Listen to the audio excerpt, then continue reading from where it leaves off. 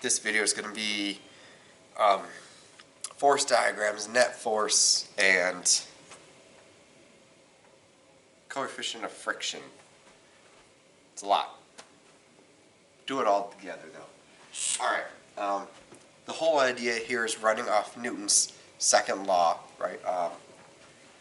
Which was force equals mass times acceleration.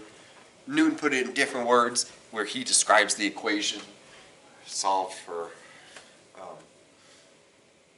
acceleration.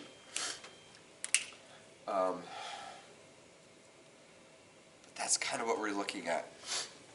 We use these things called force diagrams, or they're called free body diagrams a lot of times. I like force diagrams because it now tells me that there are forces acting on it. We use little subscripts on a lot of our forces for acting on things. So we'll start with like, let's put a car here.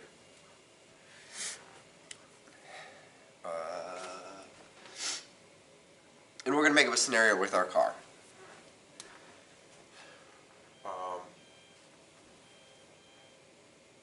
Since it's sitting on the ground, we're going to have Fg here. This is the force of gravity pulling it down.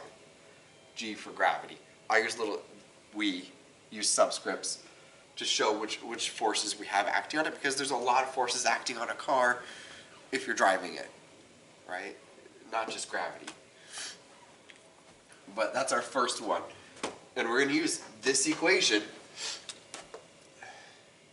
here. I'm going to rewrite it to something a little different, so it's a little more specific to Fg. This is force of gravity, so gravity pulling you down, pushing you down is, I guess, the right term. It's still going to be times your mass, how many kilograms are in something, times the acceleration of gravity. So 9.8. Sorry, I'm sick and not feeling great. We'll get this. So Fg, this is also equal to your weight, the weight of something. But that's here.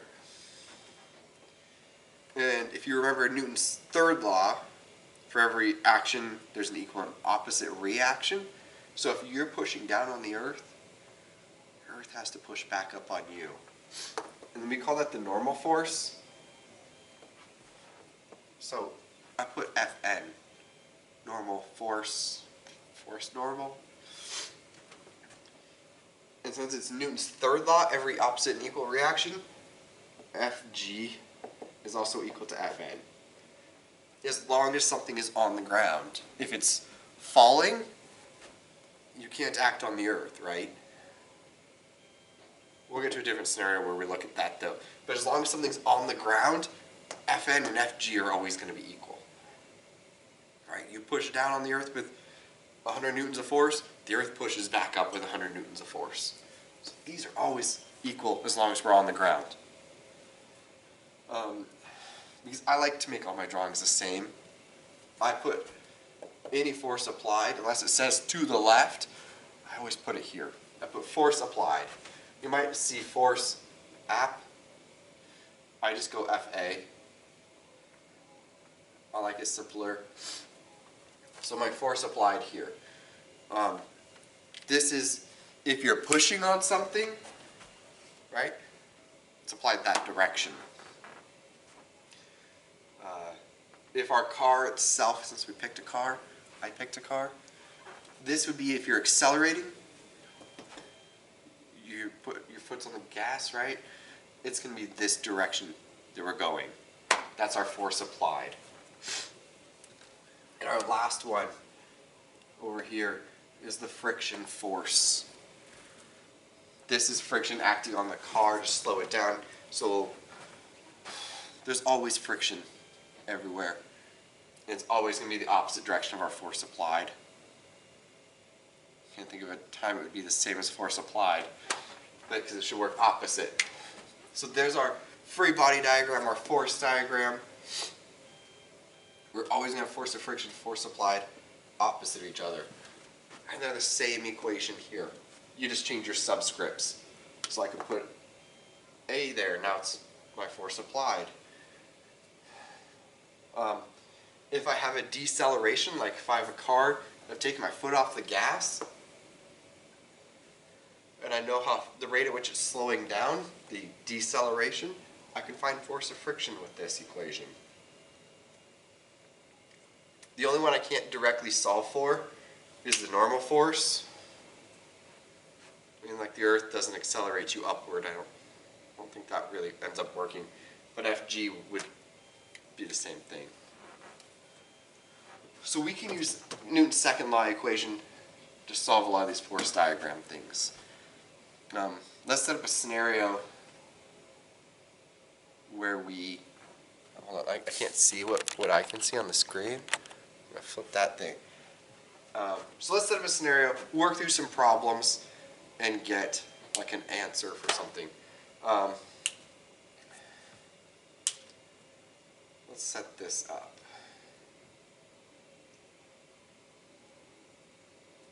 Okay.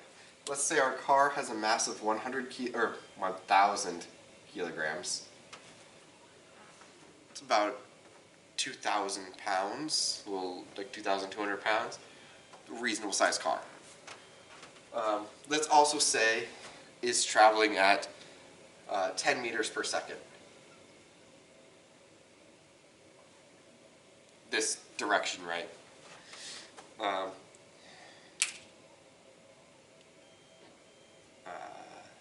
So our person's driving, you're driving, right? That's what it will be. And you hit a spot of ice. I pick ice because it's snowing outside today. So you come to a stop as you go along here. So we go to a stop.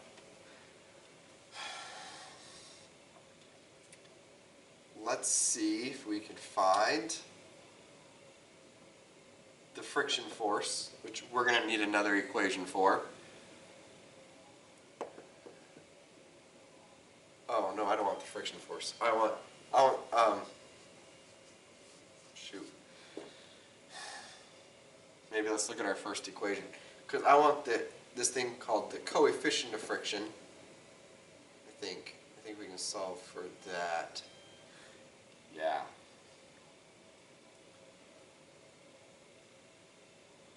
And I also want to know how long it takes you to stop. We're going to find this thing. Our symbol here, it's called mu. It's kind of like, I'll redo this even, a U with a long tail up in front. Mine usually end up looking kind of like M's. I'm going to write the equation here.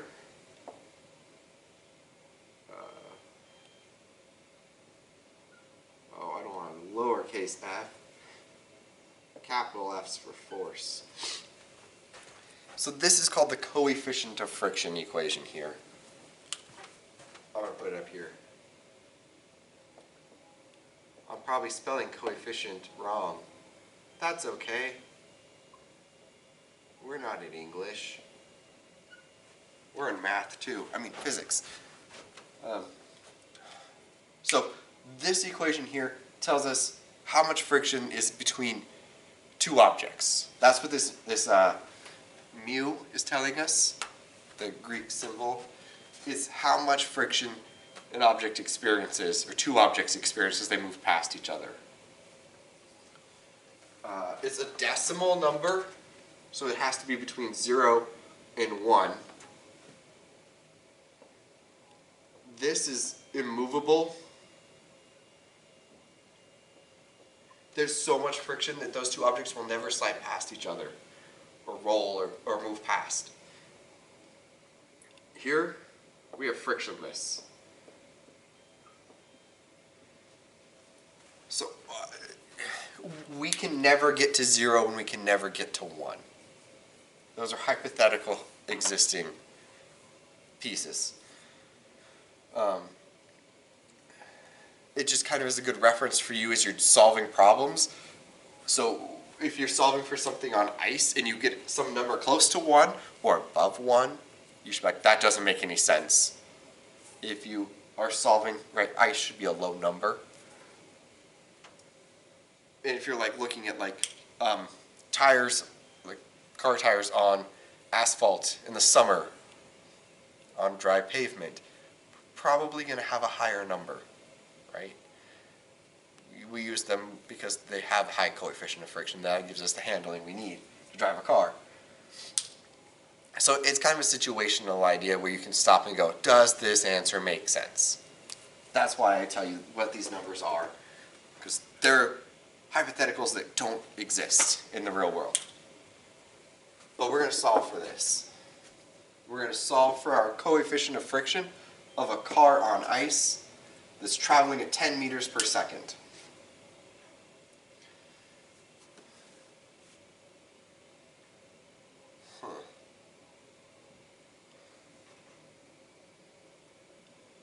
Okay. We're going to assume this person is coming to a stop in our scenario. Okay, I'm going to write our problem out here. So what is mu, coefficient of friction? How much friction does their car experience for a car stopping on ice? And then how long does it take to stop?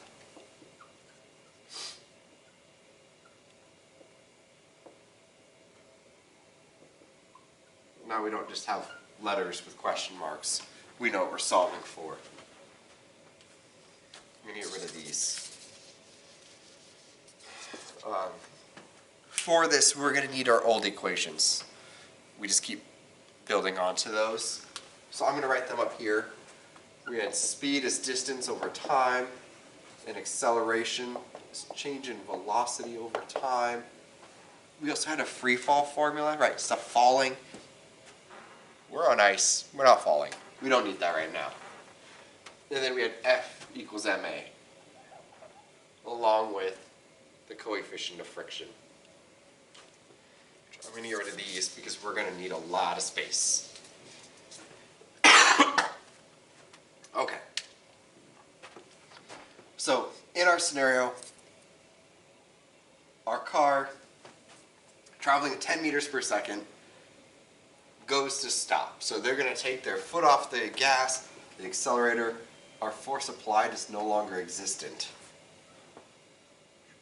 So I'm going to get rid of that. We only have 3 forces acting on our car. We want to know how long it takes to stop and what's the coefficient of friction. If you're unsure where to start, I start by solving the sides of this. I can even put back my force applied since I know my car is coming to a stop. This should be 0 newtons. No forces applied there. I'm going to start solving the sides because I don't know where to start, and that's a good place to start. So FG is a good one to start with. That's a good, easy one to find.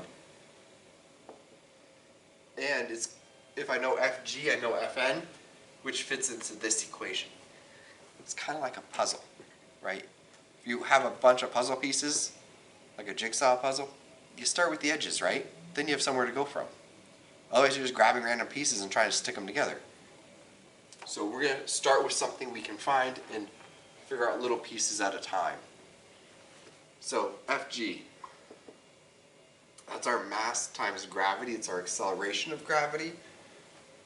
So our mass is 100 or 1,000 kilograms times 9.8 meters per second squared. There's FG. FG is going to equal 9,800 newtons. Remember, forces are in newtons, which are kilograms times meters over second squared. He made up his own unit, which, thank you, because that's a lot less to write. Recommend. And I'm going to start filling this in too on my free body diagram. As I find stuff, I'm going to fill it in. So we have 9,800 newtons there. which Fg and Fn are equal, right? Because our ground, we push down the ground pushes back up, 9,800 newtons.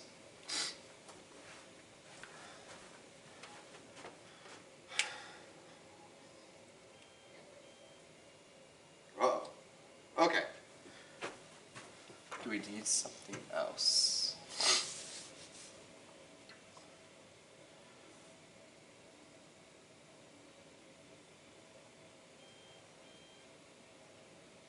I think we actually need something else.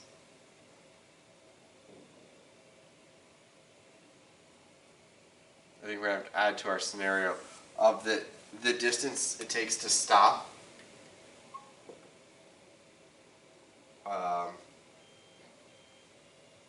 Let's say 300 meters. We need that, I think. We're going to need that part. I'm making this up as we go, so parts might be missing. So our car takes 300 meters to stop. It's going 10 meters per second. Ooh. We can't use this equation because we don't know. We know our change in velocity, but we don't know the acceleration, deceleration part, and we don't know time. We could find time here. This is our average speed. We don't know our average speed, we only know our initial velocity, right? We need the average, but because it starts and stops, there's 2 points we know. So if we average our start and stop, we can find the average speed of our car in this thing and get our time. So because we're coming from 10 meters per second and we're going to go to 0 meters per second, we're going to have 10 plus 0 divided by how many points we had? 2. So 10 divided by 2 for our average speed. So we'll put that here. So average speed is going to be 10 divided by 2. That's meters per second. We know our distance of 300 meters. We don't know the time. Alright, so we multiply by time on both sides. So these can cancel out. So we get, I'm going to simplify this too, so we get 5 meters per second times time equals 300 meters. Alright, divide by the 5 meters per second on both sides. So these can cancel out, so we get T equals 300 divided by 5. Yeah, wait. No, divide by 5. 60 seconds.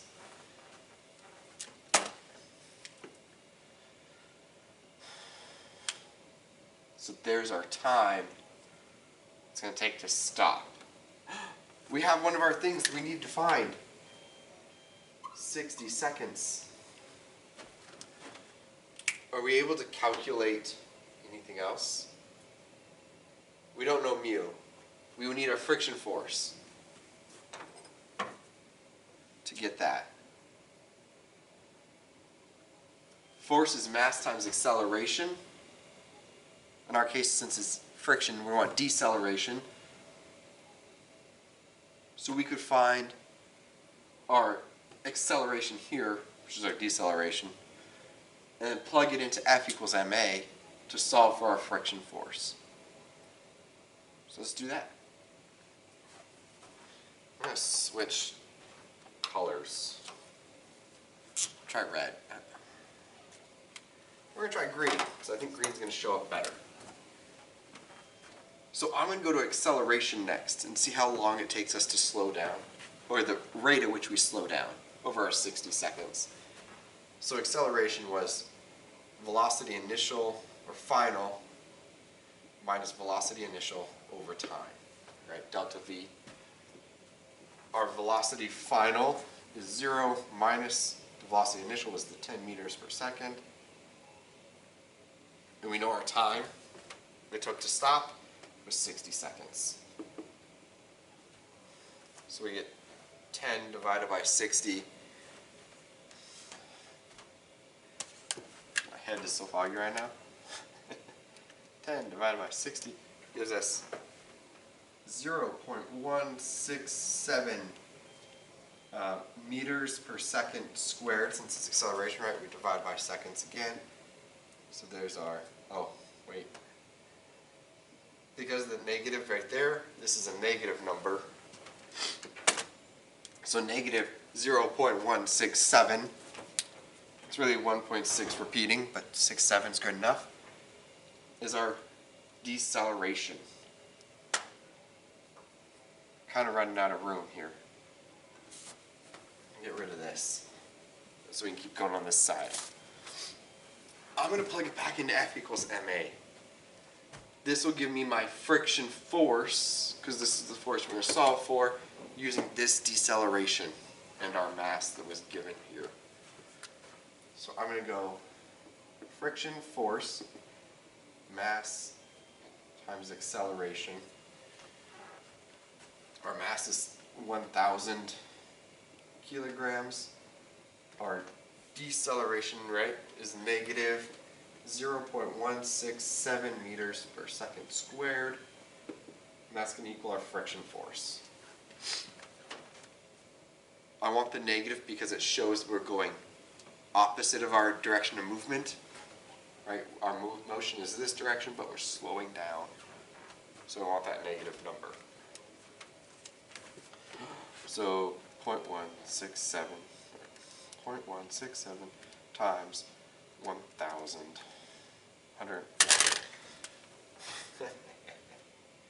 It's a hard day. So our friction force is 167 newtons. It's negative, right? Because we're working directly backwards. This is where, if you don't write it as a negative, that's okay, because as long as we show that it's working backwards. So 167 newtons, put a negative there. It's kind of one of those things you have to keep track of, because over here we're not going to want it as a negative. Unless we wrote our normal force as negative, so I'm not even going to write it as negative here. I tend to just keep track of my numbers. If we're going to have these as positives, these have to be negatives then to show that they're opposite, but if we use the arrows, we're showing that. Okay, so we're on to our last equation. We'll try the red. I hope it shows up.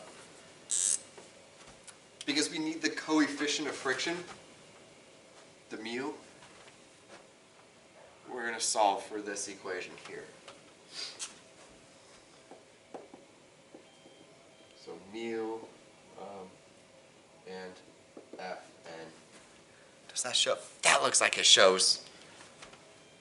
Okay, so we know the normal force and the force of friction. So our force of friction is that 167 newtons. We don't know mu, and we know normal force is 9,800 newtons. So we're going to divide by the 9,800 newtons on both sides. So mu is equal to whatever 167 divided by 9,800. I get 0.017.